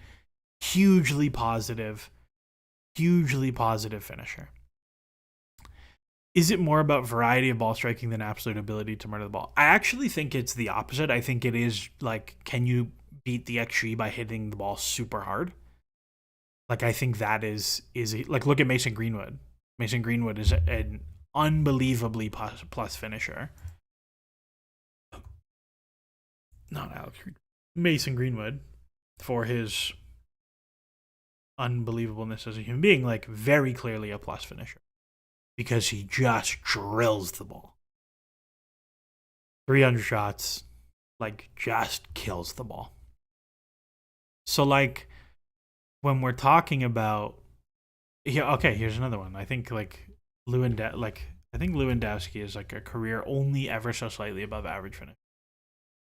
Let's see. Yeah, Lewandowski. I think we would all agree Lewandowski's an excellent ball striker. And like he's +5 on 200. He's +2.5% for his career. Right? Like, I think when we're talking about finishing, we just get so caught up on the things we can see. And like if you put a gun to my head and said, Kieran, you have to pick, does Jackson fall above or below? Does Jackson fall above or below 1.00 goals divided by XG for his career? I would probably take below. But if you made me, like, if you gave me the room for nuance, I'd say I think he will be basically about average for his career. I think the things that hurt Jackson is that his left foot is very poor. Like, that I think is a real thing to his game. He cannot strike the ball very well with his left foot. To the point that I think his, like, true, if you had a super mega computer perfect model that knew everything about every player, it had body pose info and tracking data and all, it had everything, it would say that Jackson's left foot is much lower XG than it thinks it is. I always felt that Havertz hit the ball really softly. Here's the funny thing about Havertz. In Germany, Havertz destroyed his XG. Hugely plus finisher in Germany. And then he comes to like about average or below average in England. I don't know. You tell me. See Aguero. Somebody said Aguero. I think Aguero was like a pretty consistent historic XG beater, if I recall correctly. Yeah. Aguero had this thing where Aguero was very good at finishing from bad angles, so he always smashed his XG. So there's like a lot of things that go into it. And the thing I think that's like kind of important to remember, right, is like, so let's say like if we go back, the best finishers are plus 15%, right? Like if I go to Harry Kane again, who, like, in my opinion, Harry Kane is the best finisher in the world, right? If I go look at Harry Kane for his career, he is plus 32 on 125. So he's like plus 20%, right? Plus 25%, something like that. If you go look at all these players from an XG perspective, the thing about Harry Kane is that he also puts up humongous numbers and then is plus 25%. But if I go look at Sesko, who was the initial point of this conversation, right? And I say, let's look at Sesko. Plus 25% on 0.52 is like 0.65. That's significantly worse than Jackson. 0.35, it's like plus 4.2, 4.5. That's just like, you can just get way better players for cheaper. So I think like looking for players who finish better in that they beat their XG is the wrong approach. You should be looking for players who score the most goals. Like if you ask, would you rather a player who finishes plus 25% on 0.4 XG, so they get 0.5 goals from 0.4 XG? Or would you rather a player who finishes at 80% from a 0.8 XG striker? The 0.8 XG striker who only scores 80%, so 0.64, that player is going to score way more goals than the other player who's a good finisher, right? Like ultimately you are looking to score the most goals. You're not looking to be the most efficient. You're looking to score the most goals. So that's kind of a thing that gets stuck in my head. I remember the trend around Kane breaking through of across the keeper far corner. Meanwhile, Aguero is just smacking at top corner near post at the same rate. Yeah, like rounding the keeper is like a good hack to boost your XG because the old models didn't have keeper position. So like Mbappe used to destroy the XG models because he just dribble around the goalkeeper a lot. That was pretty common. Yeah, so there's like a lot like that. Would I still take Jonathan David? If we moved on from Nkunku, yeah, probably. Depends on the wages and the fee. But like it wouldn't be my first pick, but I would do it. It wouldn't be my first pick, but I would probably do it. I think he is like a consistently plus finisher for his career. Like the kid can score. Not kid, he's 25 now. The dude can score. He's a very good shooter. But he scores a lot of penalties. And I think for Chelsea, he would be another like 9.5. Like he'd be a very similar spot to Nkunku, where sometimes 9, sometimes 10. But I think he's a very good player, good linker. But he's just like not the right fit. Like there's not enough shot volume there. He's not great in the air. Doesn't hold the ball up okay. He's like much more drop in link. Like if we had wingers that took a tremendous amount of shots, like if we had Liverpool's wingers, I think he'd be an amazing fit for Liverpool, right? Because the amount of shots that their wide players take. I think at Arsenal, with Saka and Martinelli and whoever else is a winger, like I think there's, or Nwaneri is a winger, like I think there's value for him at Arsenal. My guess is he'll end up at like West Ham or something, or an Italian team. I've heard a lot about Italian teams, like Inter for Marcus Thuram. Like actually, yeah. Well, I'll look up Osimhen in a second, Prathamesh. I really wanted Thuram when he left Germany on a free, because I was like, he's massive. He's massive. He runs channels really well, and he can shoot the ball. And like that's all I want, is that he takes a reasonable number of shots, which he's kind of fluctuated up and down, but like 3 shots for me is fine. And he's big and fights people. And that's it. That's all I wanted. I don't really care about this. Like, he puts up solid numbers. So it is what it is. But now he's too old and too expensive. I don't want any. Osimhen, no, because he makes too much money. Or he's going to want to make too much money on his next deal, is the thing. I think Osimhen's very good. I think there's a world where Chelsea do this. I think the problem that Osimhen has is that he is actually genuinely detrimental to the non-striker things. Like, he's very poor defensively. He does not run channels super well. He does not link things very well. Like, he gets into the box and he shoots a lot. And that's valuable, and I think he would be quite good for Chelsea. I just think it would be different problems. Here's how I'm going to frame this.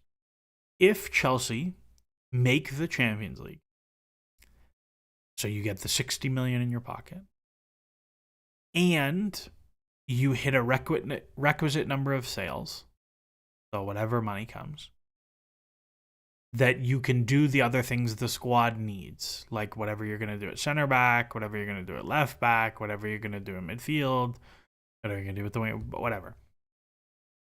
And the fee and contract on Osimhen were reasonable. Say 50 million, 150 grand a week. I would do it in the summer. And I would run with those two. And those are your guys.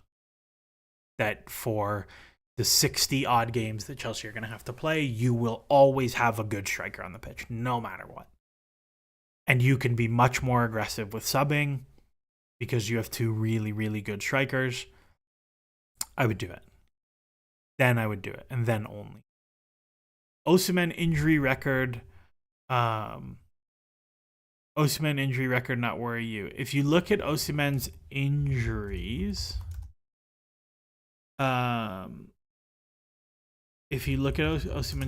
it's a lot of like random contact things, it's not a lot of muscle stuff. You have like the odd one that are like small, and the turkey stuff I like don't give a shit about. Who knows what's going on there. And you have this little spell here, but it's like broken cheekbone, head, broken shoulder, dislocated shoulder. Like, I'm not super worried about any of it. Can we think of a great striker that had poor ball striking technique? Not off the top of my head. Luis Suarez, probably, I would say. I don't think Suarez struck the ball particularly well. I don't think Diego Costa was a horrible ball striker. Horrible ball striker, but scored 1 million goals. Those are the first 2 that come to mind. Thomas Muller scored 1 million goals, and I don't think is a great ball striker. And like, again, to be clear on Jackson, I think Jackson will ultimately top out at being very good.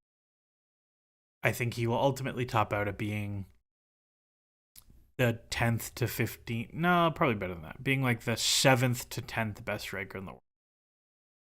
5th to 10th, something like that. Which unmentioned 9s would be on your list then? I don't know. It's a weird 9 market. Like, I think if you get... the thing that's weird is, like, you have... A lot of it depends how the rest of the year goes.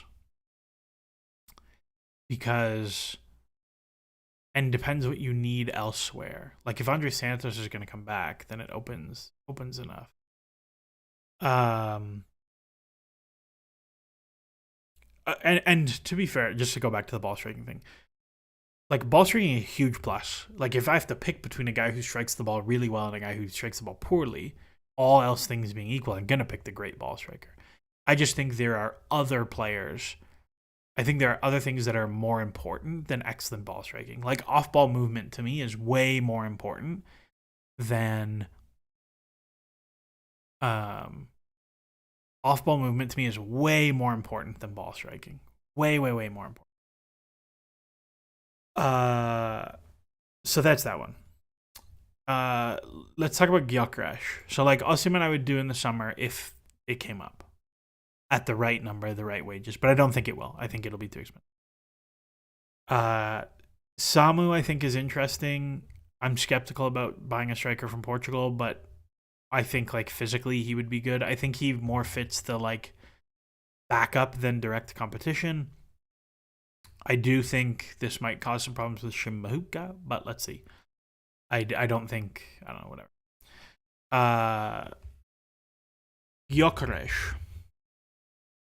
I quite like Gyökeres.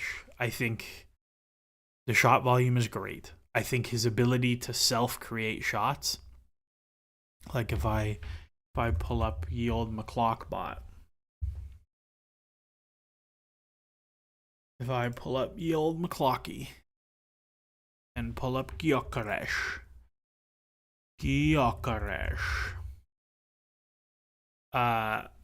there's a lot to like on ye old Victor. Pull up the radar, because I think the radar might be an easier way to show these things.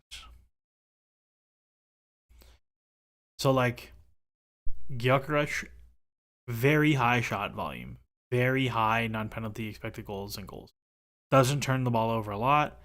Is very good at turning his touches into shots, whether for himself or for others. Like this is a really solid XA for someone who is how he is.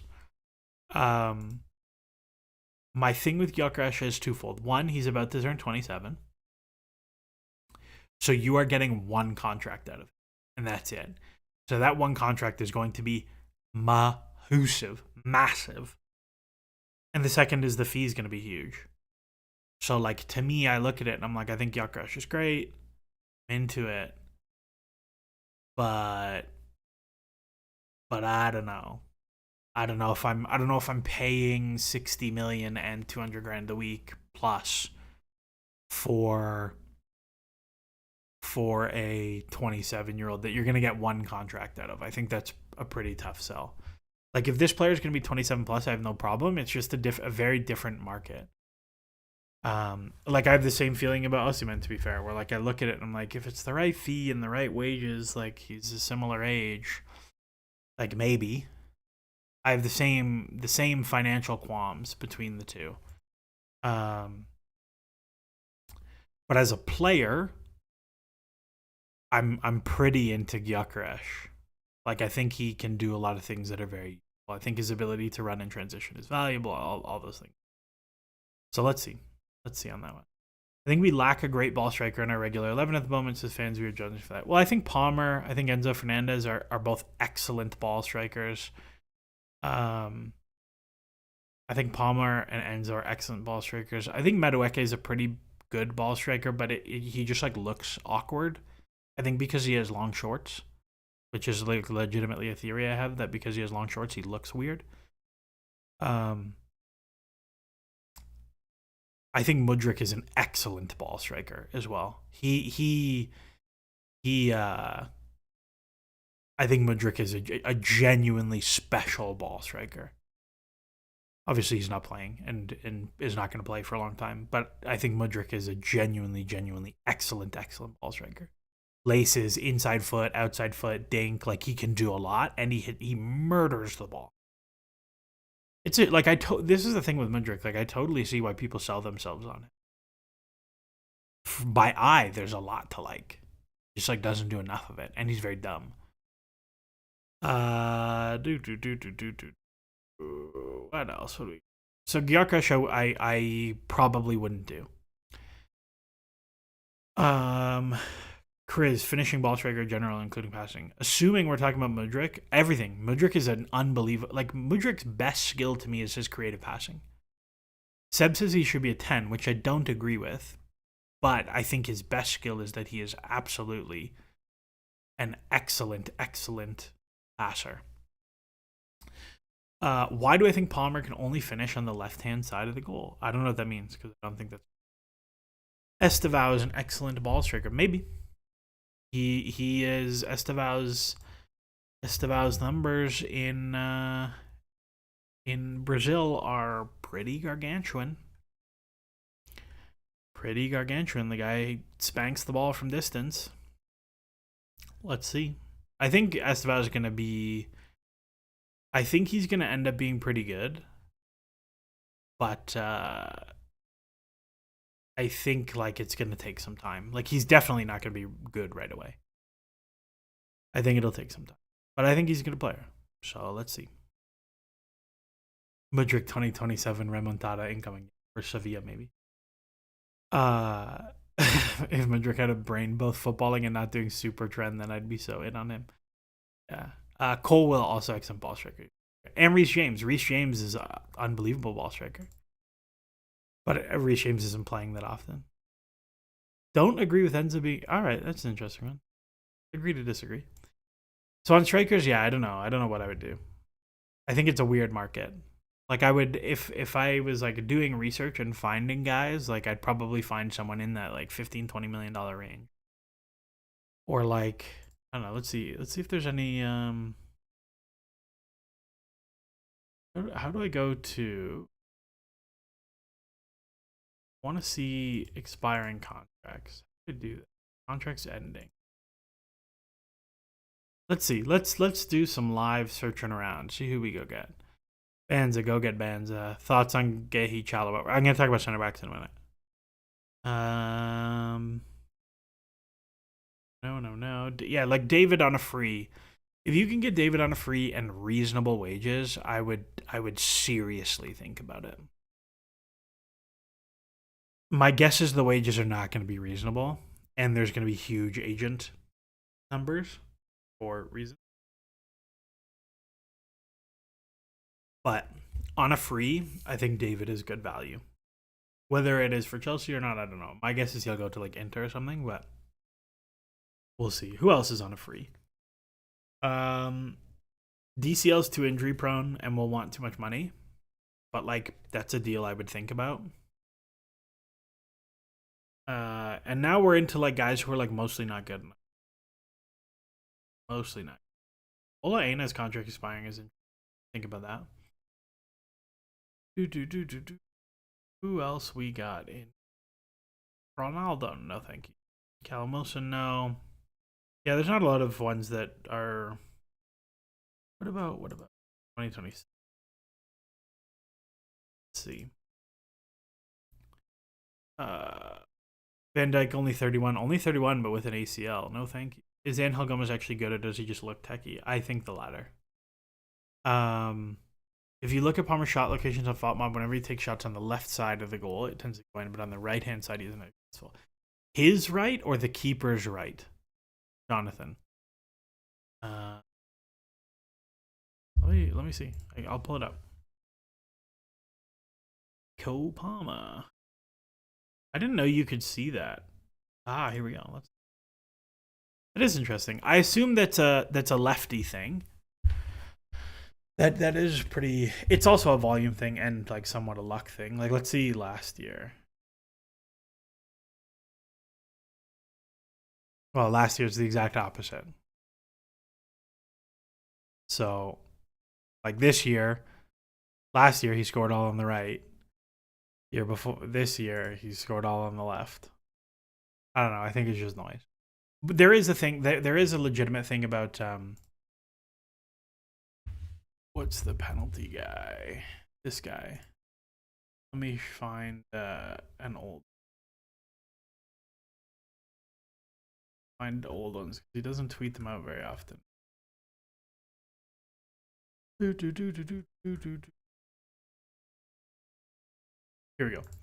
So this is the penalty XG for right-footed players, and it's flipped for lefties.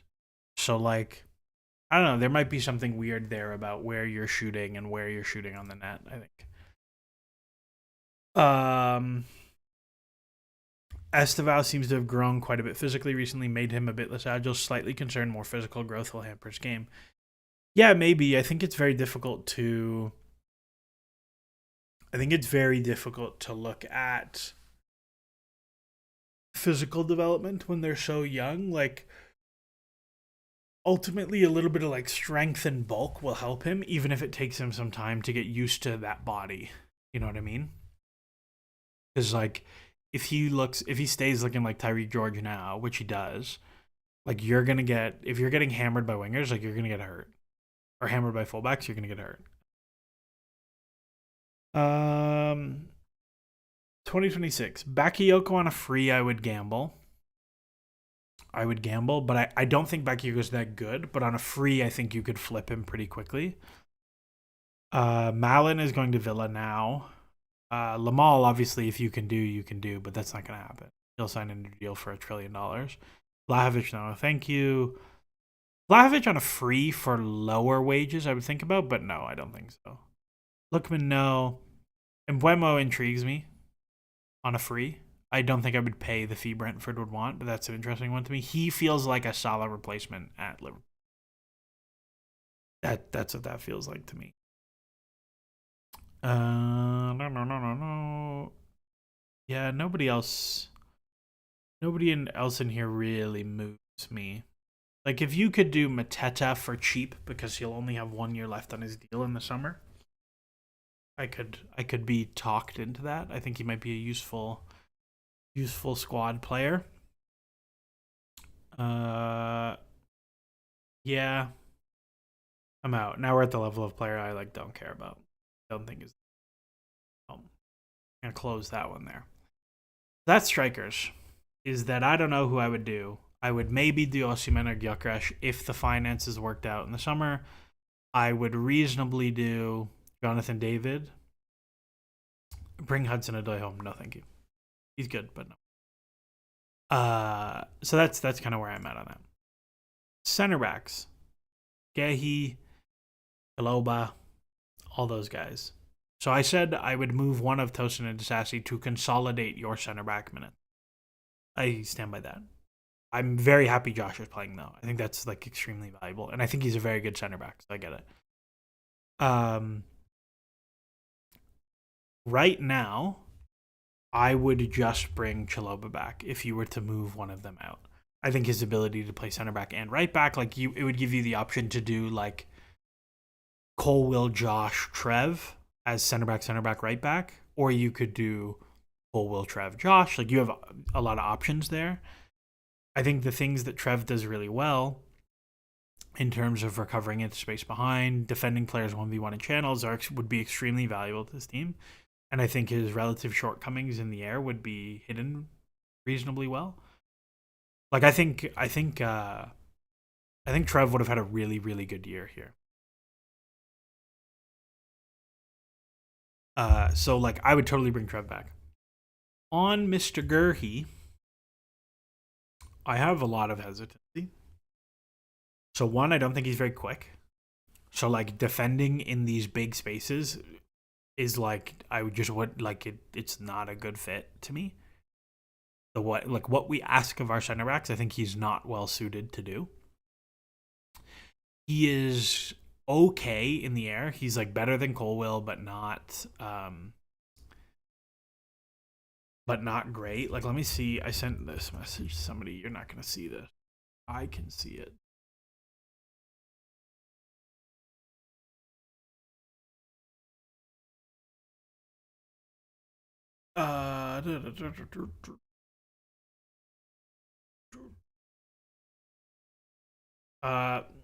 Yeah, Colwill's 56% aerials won this year.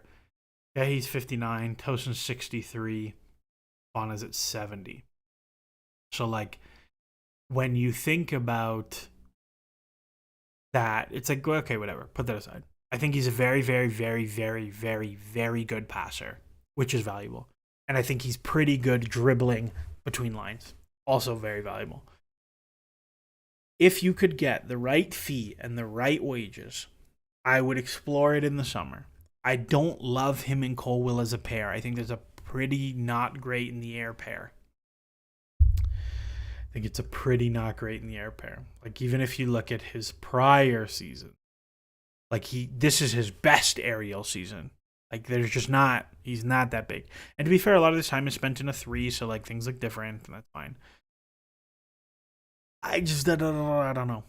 I don't know how I feel about that one. I think he's good, but I think that's a pretty small center back pairing that's not great in the air. But then you have Fofana, and it's like, well, having those 3 guys is pretty nice. Let's see. But I would definitely be more like, less like the passing thing to me. Like, Fofana being good enough in possession, despite not being a good passer, has kind of changed my requirements a little bit, in that I'm looking much more for like a Konate, who is just physically insane. So good in the air, so good covering into the channels. Just like think Kurt Zuma. Like Kurt Zuma, but better. Like, I would be super into that. Like, good in the air, good, and can dribble a little bit. The dribbling to me is a little bit more important, just to deal with pressing stuff. That's kind of where I'm at. Like, maybe it's Salisu, maybe it's what's the Leverkusen guys? The Leverkusen guys, Kasunu and Tapsoba. Like, Tapsoba is interesting to me. Ta, not really. Ta is a behemoth, though. That guy's so good in the air, and is on a free transfer this summer. But yeah, like, the big boys, the big boys who can defend in the channels. That's where I'm at. Zuma pre-knee injury. Yeah. What about going for Christensen, maybe on a very low fee? I don't know how I feel. If Achampong puts on some weight, he can be physically dominant. He'll probably end up being 6'5". Yeah, this is the thing. Like, I want Achampong to play. I think excuse me. I think Achampong is obviously very good, to the point of, like, you should play him. And if he's gonna play the rest of the season center back, that's sick. That's found money. Not found money. We all knew he was good, but like, it's a big deal, I think. It's a lot of wins in a row from our dear Leverkusen. So on the center back thing, in January, if nothing happens, like if nobody leaves, I'd just run it back with what you got. I wouldn't bring anyone in. If you can move Disasi for like loan plus obligation at book value, I would do it, and I would recall Chalobah, because Chalobah will play. He'll get minutes. Center back, right back, whatever. He'll get minutes. And I think he's a good player. And I don't think there's like I think you'll burn Palace pretty bad, but like, I don't care. I don't care about Palace. Yeah, I think you'll burn Palace pretty bad, but I don't think you'll negatively affect his market value. Like, if he plays for you versus plays for Palace, like, who cares? So I think that's fine. We'll see what ends up happening. But that's what we do. What bases are we predicting Achampong to hit 6'5"? Well, I'm pretty sure he's like 6'4" already. There's no way he is 6'1". He's definitely taller than that. 6'7", see? Collins Achampong. 6'7". That guy. That's our center back. Yeah, he's definitely taller than 6'1". Clear Lake moving him on in the summer so we can sign some Mendes away. Somebody said we're going to sell Andre Santos in the summer, and obviously I can't rule it out, but if it happens, I'll be extremely. Other thing to consider is Reece is back for now. When Reece came back last time, he was playing left center back a bit. Well, he was playing left back and coming inside, which may happen. It may happen again. I think, actually, Actually, I do wonder if that happens. Or it won't when Cucurella's there. It won't when Cucurella is there because Cucurella is going to play. But I think there are worlds where like you get to restarts at left back, goes to left center back in the build to like just zip stuff between lines, and then you have Josh as right center back, Levi is your middle of your three, and Gusto is like the right back who's like high or wide. Like I think that's a thing that can happen for you. But I think it works. If you had to put money on what happens this window, what would be my bet? My bet. So here we go. Here's my Chelsea window. What I will predict today. What happens today?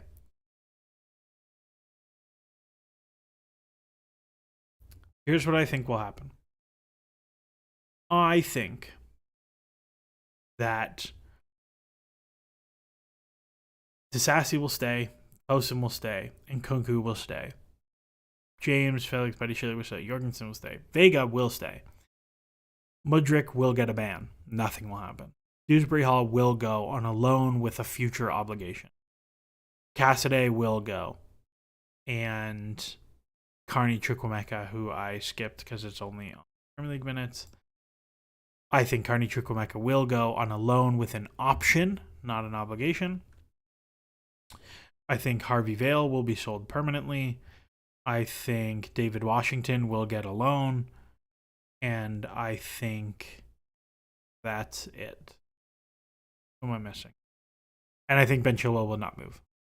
That's my official prediction for the window, is that Chelsea will have 0 incomings.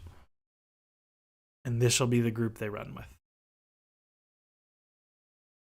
I want some variety in what the fullbacks do so badly. I know we went more classic 4 versus Palace and Ovs didn't win that, but it helps most of the wingers lots if they have an overlap option.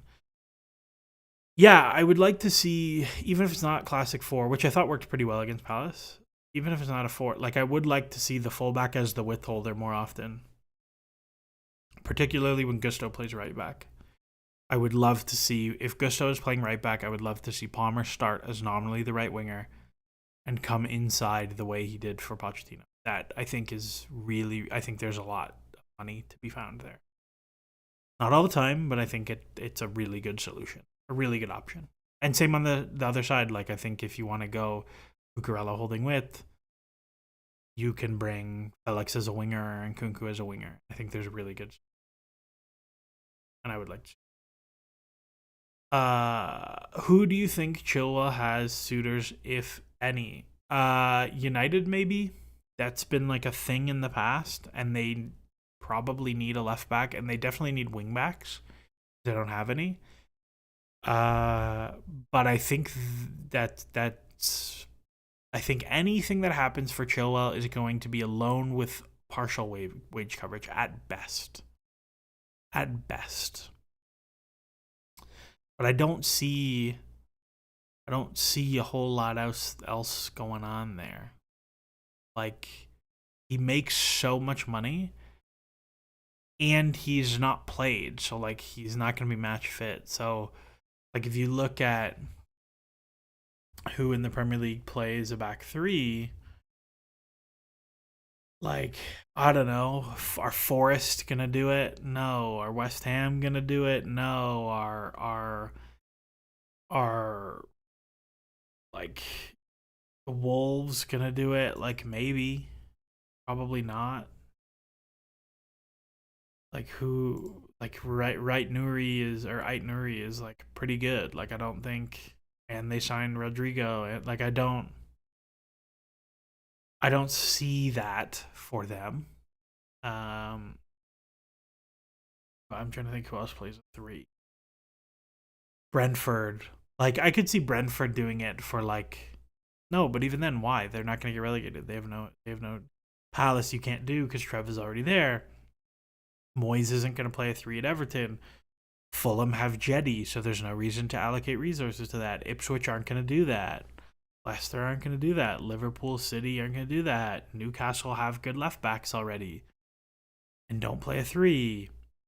So you get to like maybe West Ham, maybe Wolves, United, and that's it. I don't know. Maybe Leicester are like, need a left back because we're playing. I don't even know who Leicester's left back is. James Justin. 33. Yeah, Luke Thomas. Like maybe they're like, oh, we got to do a left back. I don't know. Like, but there it's going to be partial wage coverage at best. I just don't see the market for where he moves. I don't see the market for where he moves in the summer either. So I think that one's tough. So that's my prediction. Nothing happens. Very exciting window. I do think the summer will be interesting, though, especially if we make Champions League. I think there will be a lot of movement in the summer. Anywho, we're gonna wrap it up there. Actually, I want to look at Maresca's quotes, and then we're gonna move on because I think it's fun. Let's see what Mr. Maresca said. It is an important competition. Since we started, we are trying to deal with every competition. Terrific. We try to win. They don't knock the door, but they don't need to. Tyrique is doing well. He's already played games, same as Josh. Great. The idea is slowly to build the right condition, especially with Reece. They both finish well with no problem. We have to help them. On Chukwuemeka, any contact for Dortmund? Well, he's not going to say yes if he knows. On Mudryk, yesterday didn't finish the session because he was unwell. Yes, we knew this already. On Tosin, he was most of the time the only one with space. He was the only one. We're happy he can do that, strike a ball well. The only thing we struggle to see. In terms of we won, shows how serious and professional, whatever. Just the most absolute nothing questions ever. Suleiman Torre. No. Don't know Suleiman Torre. I don't know Suleiman. Left-footed Udinese. 6'9" and 165 pounds. Hold on a second.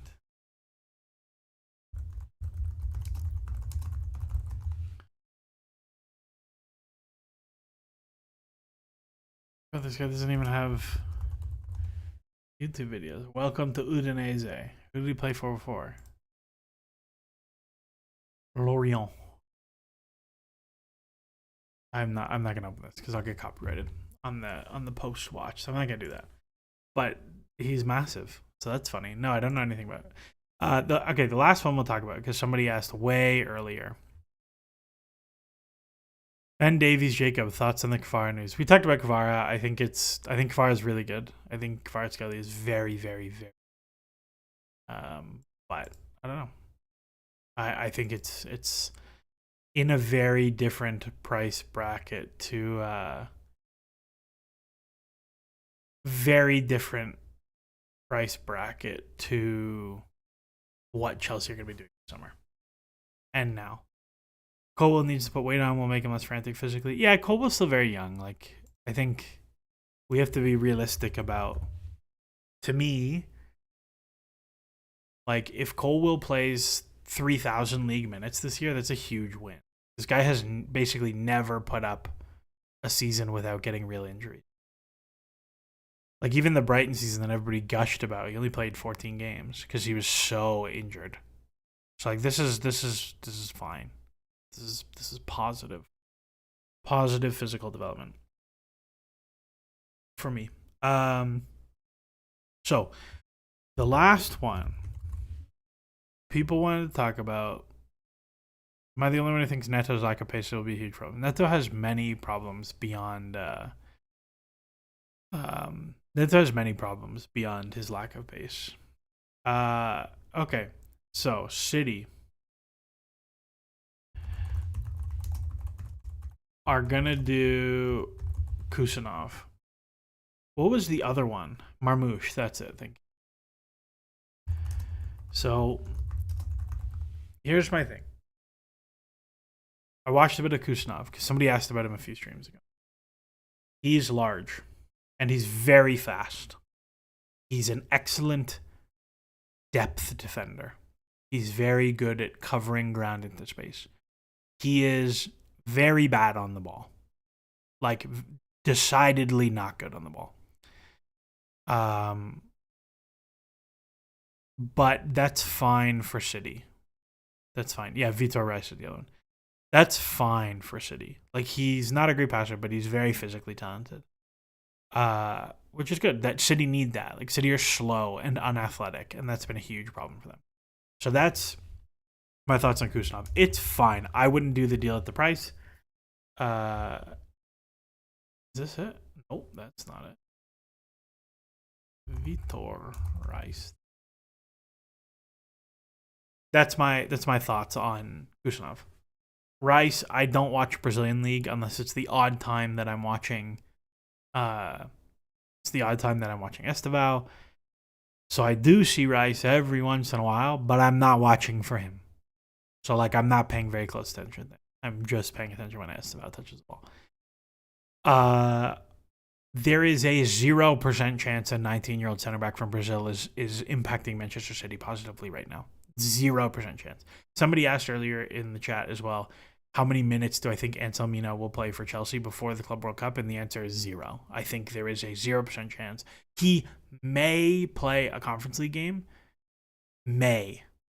But I don't think he'll play at all. Maybe he plays Conference Leagues. I would put an absolute cap at however many Conference League games. Excuse me. But I think Anselmino will play 0 Premier League minutes. Marmoush. I think Marmoush is good. I think he's very fast, and I think he's very athletic. And he takes and creates lots of shots, which City need. I think their team is very conservative. I think he is an unusual stylistic match for City. Because Marmoush has been a very, very rapid transition attacker. The fun thing about Marmoush, by the way, is that he was eligible for Canada. And he chose to play for Egypt instead. And now I'm like, oh, imagine if you played for Canada, my man, Marmoush. I think he's good. I think there's a lot there. He felt much more Spursy than City. Like, he felt like the Sun replacement for Spurs. But I think he's really good. I think he's a very weird stylistic fit for City, so I wonder how that's going to work out. Because City's wingers, their whole job is like, don't turn the ball over and move it into the box. And he's pretty good at moving it into the box, but he's not a low turnover guy. Like, if I pull up Marmoush, no. Marmoush. Omar Marmoush. So was Savinho, and the City setup has just squashed all the. Well, the thing with Doku and Savinho, Savio, whatever, is like they were really good dribbler creators. So like the idea was you get them and then they destroy people to get into the box. Marmoush turns it over a lot and does almost everything he does in transition and creates for himself. Like, it's not.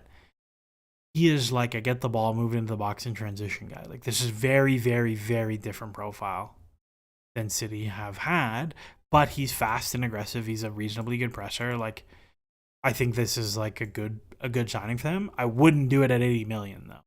No way am I doing 80 million. Not in a million years. But he's good. He's very good, I think. Again, we want to talk about Chelsea players. Like, as a left winger for Chelsea, I'd be into it. But I wonder if Isak is a career plus finisher.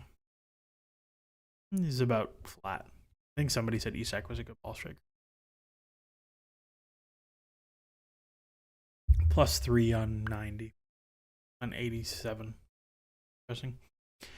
So that's what I think about the City ones. What is my process on analyzing center back data? This is a good question. So let's go to Gehi, because he's the one I've been looking at lately.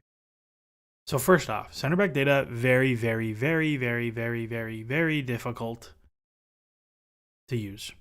it's the position, in my opinion, that is like the least well covered by data. So off rip, there are a couple things that I look for. One is progressive passes and progressive carries. So are you able to break lines as a passer, and are you able to take space as a dribbler? I don't need you to like mazy dribble, and I don't need you to be hugely progressive, but you got to be able to move it forward, and you have to be able to break a line on the dribble every now and then. And when you get space, you got to go. Isak feels very similar to Jackson to me. Yes, I agree. Those are two things that stand out to me. Baseline, like starting point. Next thing I look at, aerial win percentage. How many headers do you win? Are you good in the air? And can you not turn the ball over? And then the third, which you can't really tell in the data, are things like interceptions, where it's less like the interception count. I just want to see that you're able to defend in the channel, which is really hard to tell in the data. But like, so like, yeah, he scares very low among center backs for tackles plus interceptions, but his tackle number is quite high, which means he's probably very low for interceptions among center backs. So like that's kind of where I start, is like, can they pass a little bit? Can they dribble a little bit? Are they good in the air? Do they intercept passes a lot? Because I think interceptions are valuable. Then we're looking at things like, how do they defend in 1v1s? So like, do they win a high percentage of their 1v1s? I think he's an excellent 1v1 defender. As Will Southwell says, very good physically, low center of gravity. I agree. He's a little slow. But he's a very good 1v1 defender. So those things stand out to me. And then the other is a bit of a cheaty way to do this, but you want to see progressive passes received, you want to see shots, and you want to see XG, because that means they're getting on the end of corners and set pieces, and I think that's a real skill. Like, Gehi has historically been pretty good at getting on the end of corners. So that's kind of my like starting point. But for center backs, I'm watching way more video in terms of position. Like, in terms of like, if you made me do a tier list of like how much video do I watch versus how much data do I watch, it's like strikers the least amount of video, because there are not a lot of players who like have good video but bad data. And there's also not that many players that have bad video and really good data. It's pretty uncommon. Like, XG and shot volume, for its many flaws, pretty good. Still watch a lot of video, but in terms of the ratio between the two, it's probably the most data heavy. Wingers are next in terms of data versus video. So like, strikers the most, winger second. And then like 10s, and then 8s, and then fullbacks, and then goalkeepers, and then defensive midfielders and center backs. Those are the two that I think are like you got to watch a ton of it, because just there's so many things going on that they have to do that are really hard. Same sort of question. What do you look at for chance creation? XA is nice and all, but generally players overperform by a huge percentage. Well, the thing with XA, right, is like, you have no control over whether your assists turn into goals. So like, you should not be looking at under or overperformance at all, because I could put up 10 XA, but I play with Timo Werner, who never scores any of his chances, and you put up the same XA, but you play with Harry Kane, and he scores all of his chances. And like, now what? It's also hugely luck driven. Hugely luck driven. So like, for me, when you're looking at XA, like, XA is valuable, but in terms of creation, I also care a lot about progressive passes, progressive receptions, which means your ability to create off the ball. And then we're also looking at things like what volume of shots are you creating? Even beyond the quality of them, what volume of shots are you creating? Like, there's real signal to that. Also, how often do you move it into the box? Oh, another center back thing that I forgot to mention. I actually really care about pass completion for center backs because I do not want my center backs just turning the ball over. Like, if they have 15 progressive passes, but their pass completion is 75%, I'm out. Like, I don't want my center backs turning the ball over. That's another thing. But like passes and carries into the penalty area, I really care about for creation. And same with turnovers. So it's kind of like that circle of like turnovers, passes into the box, carries into the box, shots created, and the quality of those shots. That's kind of my creation matrix, as it were. Also, some players, Tyrique George, put excellent crosses and no one makes them after the back post. So I say, well, if nobody's at the back post, is it an excellent cross? Question. And there's things like G plus and expected threat that I think measure a lot of the value of this, right? Like, not all box entries are the same. You can create passes into the box that don't result in a shot, so there's 0 XA. Like, if you do a cutback and your striker like fake shots it and then gets tackled, you get nothing for that, even though it was a really valuable pass. So like there's other things. Are there any individual metrics that adjust for average team field tilt? I don't think there's any that like default do that, but that is a thing you can do. I think the thing that's hard to do about adjusting individual metrics is like the adjustment effects generally don't happen the way you think they do, especially on the attacking side. So like defensively, let me find like, I don't know, let me just like pick a player.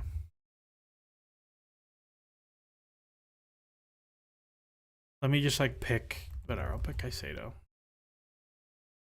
Right, so if I go to Caicedo's midfielder chart, so like these metrics are not, his defensive metrics are not field tilt adjusted, but they are possession adjusted when you look at defensive stuff. Because, so like possession adjusted interceptions, possession adjusted tackles. So like Moises Caicedo's regular tackle and interception numbers are lower, but Chelsea have 50% more of the ball than the teams they play. They're like a 62% possession team. At the same time, like you have a guy who plays for like Southampton or Ipswich or whatever, and they have, or Leicester, and they have none of the ball, and they rack up 6 tackles and interceptions, but it's because they have none of the ball. On the flip side, when you want to talk about doing that for attacking metrics, right? Like if I go back to Marmoush, right? Let's go look at our boy Marmoush, because he was somewhat transitioning attacker, right? So if I go to the Bundesliga and I pull it up, so Marmoush has like good shot volume, good goals, good assists, good XA, all those sorts of things. And I go to the Bundesliga and I look by possession. And I see that Frankfurt are just below 50%. Right, so just fine. My guess is they have like a big split between their games. But let's say I went to like Union Berlin, like someone who plays pretty transitional. Right, like if I pull up Union Berlin and I see who's their big, they have nobody. This is a bad example. Give me someone like real transitional. Like Heidenheim. Heidenheim were pretty countery. Who they got in here? Nobody. I'm giving you bad examples. I'm trying to think of like a real transition-y team. Augsburg. Sure they have some. Nope. I'm trying to find like a big transition attacker. Give me an example of a big transition attacker if you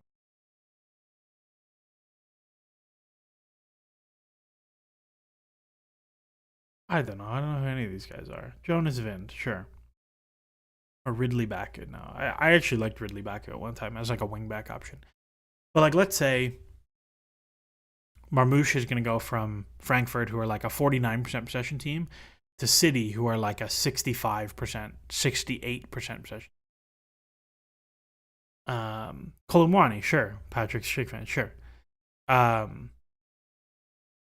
For them to go from a team that plays very transitional to a team who now has all the ball, the situations and the contexts are very different. So you might see, like, okay, let's say Frankfurt had 40% possession. If I field tilt adjust or possession adjust his metrics are going to go up. He's going to be like 7 shots a game or whatever. And then he goes to City, and you're like, well, they have 65% possession. So at 50%, now at 65%, actually, he's going to have 9 shots a game. And, like, obviously, that's not how that works. So, like, when you're talking about possession adjusting or field tilt adjusting attacking stuff, like, it's actually pretty hard to do. Like, it's a very delicate balance. And this is why, like, when we talk about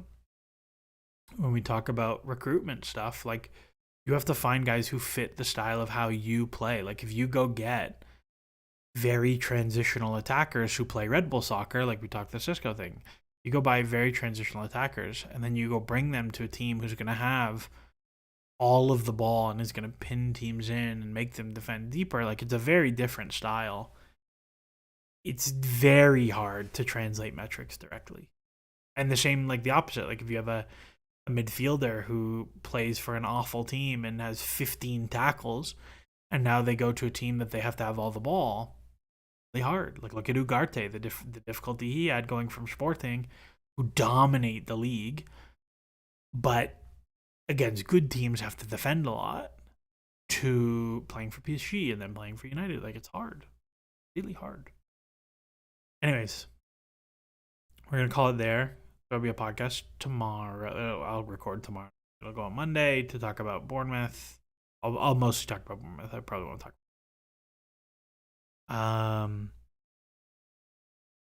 And Pedro Neto comes to mind. I thought if we adjust our possession thing would look slightly better. Yeah, I don't know. I think he just stinks.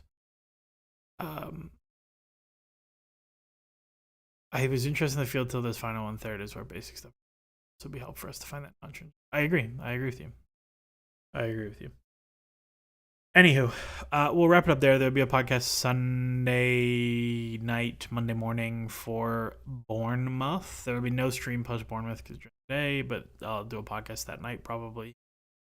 And we'll go from there. Hopefully we win. We'll see how it goes. If you like the streams, give it a like, share, retweet. You like the podcast, whatever, do your thing. And as always, enjoy the soccer.